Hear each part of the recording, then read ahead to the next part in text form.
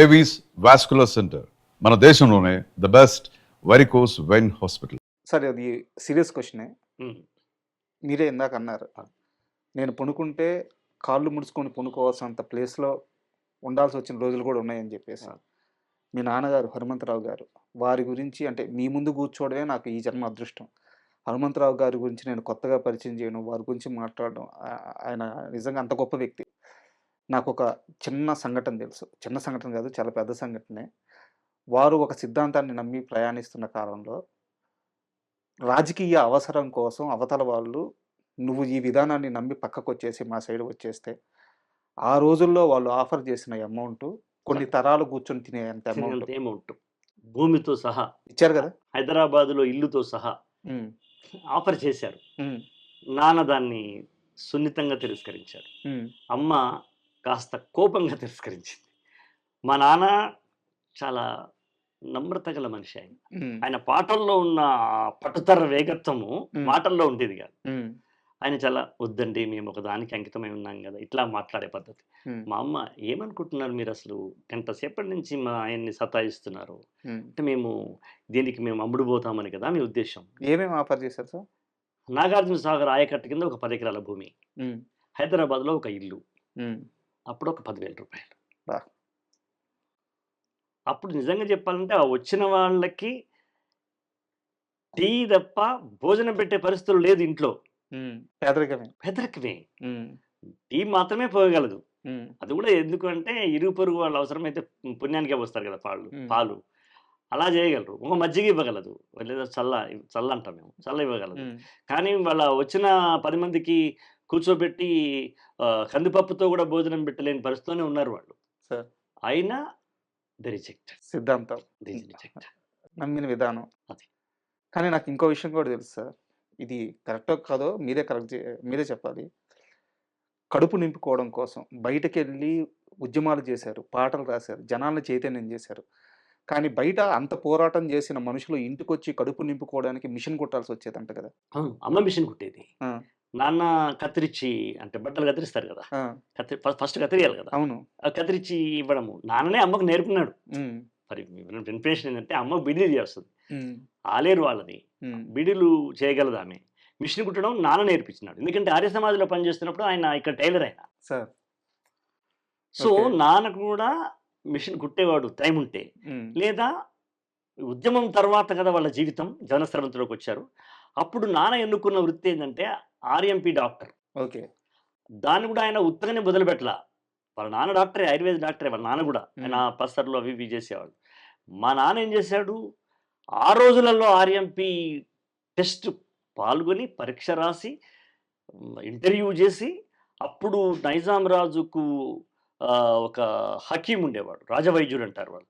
ఆ రాజవైద్యుడు హకీం దగ్గరికి వెళ్ళి ఇంటర్వ్యూ పాల్గొని ఆయన ద్వారా సర్టిఫికేట్ తీసుకొని వచ్చి మొదలుపెట్టినాడు. ఎందుకు అంటే ప్రజలతో సంబంధం కలిగిన 2 వృత్తులు ఉమ్, వాళ్ళు నమ్ముకున్నారు. అప్పుడు టైలరింగ్ చేస్తే ఆడవాళ్లతో మగవాళ్లతో ఊళ్ళో ఉన్న ప్రజలతో నిత్య సంబంధాలు ఉంటాయి. ఉమ్, వైద్యం చేస్తే ప్రతి వాళ్ళకి ఏదో జలుబో సర్ది అవుతుంది, అవును. నిత్య సంబంధాలు ఉంటాయి. ఉమ్, ప్రజలతో సంబంధం మానుకోవద్దు, అలాంటి వృత్తిని ఎన్నుకోవాలని చాలా వాంటెడ్లీ వెతికి మరీ ఎన్నుకున్నారు. బా. అది వాళ్ళ అది జీవన విధానం. ఏ రోజన్నా నేను కోపం అన్ను, ఏ రోజన్నా బాధపడ్డారా? మా నాన్నగారు ఇంత పెద్ద ప్రయాణం చేశారు, ఇన్ని పోరాటాలు చేశారు, ఇన్ని ప్రజలకి పాటలు రాశారు, ప్రజాకవి అనిపించుకున్నారు, ఇంత కీర్తి గడించారు, నాకు ఆర్థికంగా ఎలాంటి వెసులుబాటు కల్పించకుండా వెళ్ళారని ఏ రోజన్నా బాధపడ్డారా? లేదు, ఎందుకంటే ఆ పెంపక నేపథ్యంలోనే మాకు ఆ ఆలోచన రాలేదు. ఉమ్, ఎందుకంటే నిత్యం ఇంటికి వస్తూ పోతుండే విషయాలు, నాన్న పాల్గొనే ధర్నాలు, నాన్న పాల్గొనే సత్యాగ్రహాలు, దానికోసం రాసే పాటలు. ఆయన ఇదే రామరాజ్యమా, ఇదే ప్రజాస్వామ్యమా, నిదానించి మదినిగాంచి యథార్థంబు బలుకుమా, నా తెలుగు బలగమా, ఇలాంటి పాటలు ఆయన రాసేవాడు. ఉమ్, రైతు కళ్ళ మందు ధాన్య రాశికి విలువ ఉండబోదు, మార్కెట్లో చేర్చిన మరునాడు ధరల కంతు లేదు. ఇవాళ మీరు పేపర్లలో అంటే పాత్రికేయులు పెద్దవాళ్ళు రాస్తున్న కాలంని మా నాన్న 50 years బ్యాక్ ఆయన పాటలు రాసినారు. దళారీ వ్యవస్థ గురించి. అంటే ఆ భవిష్యత్ దర్శనం చూడండి. రైతు దగ్గర పంట ఉన్నప్పుడు ధర దిగిపోద్ది. అవును. టమాటా 50 పైసలకే కిలో. మళ్ళీ ఆ రైతే టమాటా కొనుక్కోవాలంటే 50 రూపాయల కిలో అవుతుంది. సార్. ఎక్కడ జరిగింది? మార్కెట్‌లో జరిగింది. దళారీ వ్యవస్థ. ఇది ఆనాడే మా నాన్న పాటలు రాసినాడు. ఆ! మా పొట్టలు గొట్టి గింజలు దాచిపెట్టిరి తిండి దొంగలు వారికి బ్యాంకులలో రుణము వారిని కాపాడే ప్రభుత్వము అని రాసినాడు ఆయన. బా!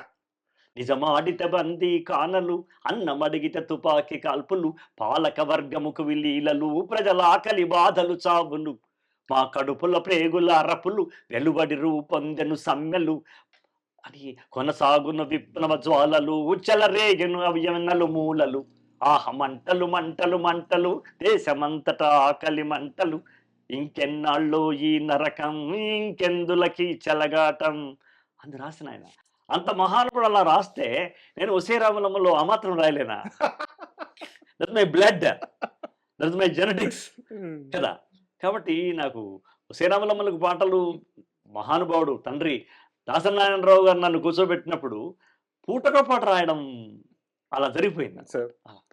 నేను చచ్చిపోతున్నా రేపే డప్పై పుడతా నీ ప్రస్థానానికి నే విప్లవాల దరువవుతా అని రాయడం నాకు అది నీలప్రాయం కదా. అంతే కదా. దట్స్ మై బర్త్ రైట్ అన్నమాట. నా జన్మ హక్కు కదా. ఎవరినైనా ఈ పదం ఎలా పుట్టింది అడగొచ్చు కానీ సుద్దాల అశోక్ తీసిన అడగకూడదు. ఎందుకంటే ఆయన పుట్టింది పెరిగింది పాటలు ఉంటుంది మొత్తం పాటలోనే. పాటలోనే కాబట్టి ఆ క్రెడిట్ గోస్ టు అమ్మా నాన్న. సార్ గ్రేట్ పర్సన్ సార్, చాలా గ్రేట్ పర్సన్ ఆయన. అయితే వాళ్ళు ప్రజల కోసం బతికినారు రాజా. వాళ్ళు ఎలాంటి ఆఫర్స్ వాళ్ళు స్వీకరించడం లేదు, ఎలాంటి ప్రలోభాలకు లోనవ్వలేదు. ఇవాళ మనం చూస్తున్న రాజకీయ నేపథ్యం వేరు. పొద్దున ఒక జెండా ఒక కండువా ఉంటుంది, మధ్యాహ్నం ఒక కండువా ఉంటుంది, మళ్ళీ రాత్రికి మళ్ళీ సేమ్ కండువకి వస్తారు. ఇది మనం చూస్తున్న నేపథ్యం. కానీ వాళ్ళు కొంచెం సత్యకాల మనుషులు కదా. వాళ్ళు మా అమ్మన్నది మేము చచ్చిపోయేటప్పుడు జెండా కప్పుకొని ఎర్రజెండా చచ్చిపోయి మా పీనుగలు పోవాలయ్యా, మీరు లేచిపోతే మంచిది, ఛాయ పోసాను, అన్నం పెట్టే శక్తి లేదు మాకు, మీరు దయచేసి మమ్మల్ని ఇంకా విసిగించొద్దు. ఆయన పల్లెటూళ్ళు 10 ఊర్లకు వెళ్ళి రావాలి, నేను మిషన్ కుట్టుకోవాలి, నా పిల్లలు మేము లేవక ముందుకు ఇదంతా 5 to 7 వరకు మా పిల్లలు లేస్తారు, ఇక పిల్లలు ముందు మేము మాట్లాడడం బాగుండదు, వాళ్ళు బడికి పోవాలి అని చెప్పేస్తే వాళ్ళు వెళ్ళిపోయినారు. బా, దట్స్ హ్యాపీ. ఒక ఇంటి ఇల్లాలు అంత ఆర్థిక కష్టాలు పేదరికల్లో ఉండి అలా ఆ ఇంటిలో పెరిగినప్పుడు మాకు ఎంతో కొంత వాళ్ళ అంకిత భావం రాకపోవచ్చు. నాన్న ప్రజల కోసమే మనిషి బతికినాడు. ఆయన పల్లెటూరు పిల్లగాడ మా భూమిలో వచ్చిందంటే ఆయన సినిమా ఫీల్డ్కి వచ్చి అయ్యా మీ సిచ్యువేషన్ చెప్పండి కాదు, అది ప్రజల్లో బాగా ప్రాచుర్యం ఉన్న పాటను తీసుకున్న తర్వాత ఈయన ఆయన పేరు పెట్టినాడు ఎవరిదని కనుక్కొని. అది విషయం. నాన్న ఎప్పుడు సినిమా కవి కాదు. ఈ సినిమా సేద్యం, ఈ సినిమా సాహితీ సేద్యం మొదలైన క్షణం అంటే ఇక లేదు, ఇక దిగాలి, ఇక ఈ ప్రయత్నం ఉధృతం చేయాలి అని తొలిసారి మీకు అనిపించి తొలిసారి మీరు ప్రయత్నించిన సందర్భం ఏంటి? అంటే నేను చిన్నప్పటి నుంచి నాన్న అమ్మ వాళ్ళ కష్టాలు చూస్తున్నవాడిని. ఒకసారి మాకు అన్నం పెట్టి నేను బయట తినొచ్చాను అని మా నాన్న, నాకు ఎందుకో మధ్యాహ్నం నుంచి ఆకలి లేదు అని మా అమ్మ అనడము అప్పుడు మేము నిజం అనుకునేవాళ్ళం. కానీ అది అబద్ధం తర్వాత తెలుసుకున్నాం. అలా ఒక పేదరికంలో ఉన్నాం కదా, కనుక నాకు ఒక చిన్న రివెంజ్ ఉండేది రాజా. ఏంటంటే పాటలకు కూడా డబ్బులు రావా? మా నాన్న పోలేదు. మా నాన్న పనిచేసిన పార్టీలో పనిచేసిన వాళ్ళు చాలామంది సినిమా వాళ్ళకి వెళ్ళారు, తెలుసు కదా సార్. అవును, అది ఎవరైనా కావచ్చు. అవును, ప్రజానాట్య మండలిలో పనిచేసిన వాళ్ళు అనేక మంది, గుమ్మడి గారు కావచ్చు, జమున గారు కావచ్చు, జగ్గయ్య గారు కావచ్చు, ఈవెన్ తో కృష్ణ గారు కూడా ప్రజానాట్య మండలి నాటకాల్లో పనిచేసిన వాళ్ళందరూ. ఈ ఉద్యమం అంతా అయిపోయిన తర్వాత వాళ్ళందరూ మద్రాసుకు వెళ్ళి సినిమాలు సెటిల్. మా నాన్న కూడా సినిమాలో సెటిల్ అవ్వచ్చు అప్పుడు. ఆ రోజుల్లో వెళితే మా నాన్న మరో కోసరాజు అయ్యేవాడు కదా. ఆయన పాట కానీ ఆయన వెళ్ళాల. ప్రజల నుంచి ఆయన సంబంధం తెలుసుకోవాలని వాళ్ళు అనుకోలేదు. నేను అనుకున్నాను నాన్న చేసింది చాలు కదా సమాజానికి, మేము మా కోసం చాలా కష్టపడ్డారు, నేను పాటలు రాసి పాటల మీద కూడా డబ్బులు వస్తాయని మా నాన్నకి చెప్పాలనుకునేవాడిని. కానీ మా నాన్న చనిపోయాడు. మా నాన్న ఎప్పుడు అనేవాడు అనమాట, అరే నాన్న సినిమాలో పాటలు రాస్తే 116 రూపాయలు ఇస్తారట్రా అనేవాడు అనమాట. అవును ఇస్తారు మరి వాళ్ళు పుణ్యానికి ఏంటంటే పాటకు కూడా పైసలు ఇస్తారా అబ్బా! అంటే ఇదేదో ఇదేదో పంచిపెట్టే ప్రసాదం లాగా భావించినాడు ఆయన. ఆయన కొంచెం ఆధ్యాత్మిక జీవి కదా. పాట అనేది ప్రజలకు పంచాల్సిన ప్రసాదం లాంటిది అనుకునేవాడు ఆయన. ఆ! కానీ అది ఎంత అమాయకంగా అడిగారు సార్. అంటే అంటే పచ్చనోటల సంగతి తెలీదు కదా ఆయన.